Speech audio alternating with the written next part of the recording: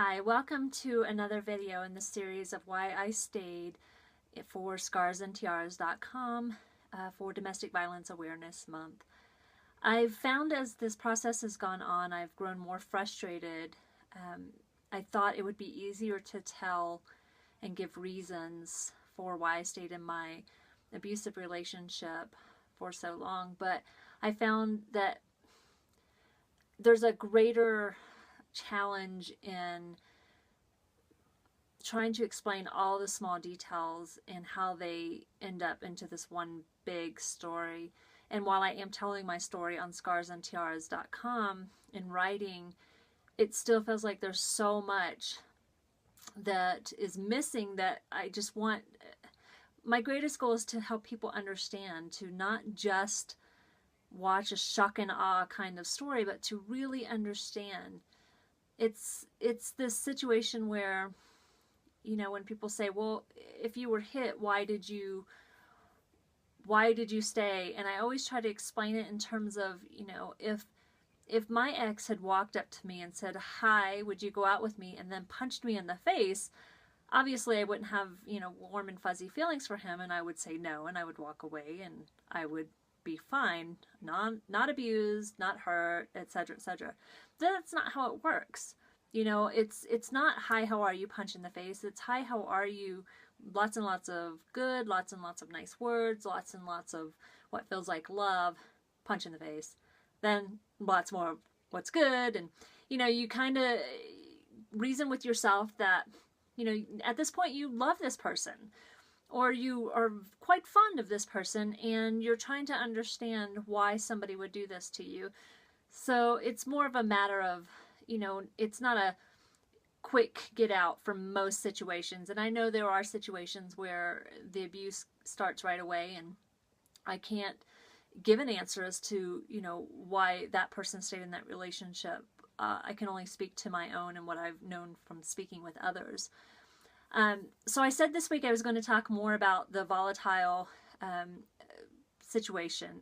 And the more I've thought about it, the more I thought, you know, I can't really sum it down into one little piece of, you know, oh, here was this one thing that he did. It was a lot of grooming and a lot of talking and a lot of telling me. You know, there was ongoing, you are mine, I am yours, you are mine, I am yours, you belong to me. You know, he would joke that if we ever broke up, and later in our marriage he would say, if we ever divorced, I could still always come and have you because you belong to me, and I could take you from whomever because you belong to me. And you know, you hear that and you hear that and you hear that, and it becomes this part of your life and part of, you know, your story. My ex-husband did not physically hurt me as often as one would think when they think of domestic violence. He was much more emotionally and mentally abusive. He was much more grooming in the I need him and I must rely on him at all times. So it was definitely less physical than what many people go through. But those scars have healed. The physical scars healed long ago, and it is what he did emotionally and mentally that has stayed with me. So it was this constant threat of, you know, I will kill you if you ever leave me. But it wasn't always as blatant as I will kill you if you ever leave me. You know, much like the not getting punched in the face from day one, it was more subtle than that. It was very, you know, very flattering, and then very controlling, and then very, you know, just I'm in control and you can't make it without me.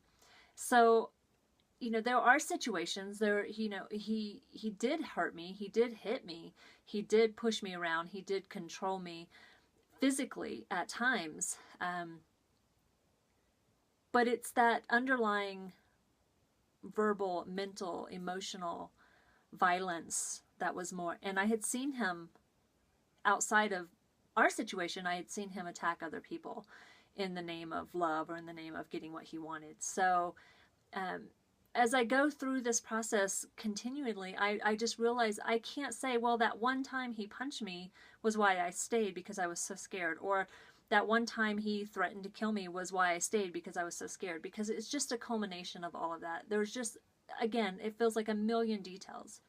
So please follow along on scarsandtiaras.com. I'm trying to keep the videos short, but it gets a little hard because, like I said, there's so much I want to tell, so much I want to say, and so much I want to explain and be as supportive as I can to help others understand this process and why victims stay and how abusers get away with continuing. So join me again at the end of this week when I just continue to go into the details and give you some specific examples that I hope will be a little more helpful. Thank you so much again for sharing, for commenting, for being a support to me. scarsandtiaras.com. Thank you.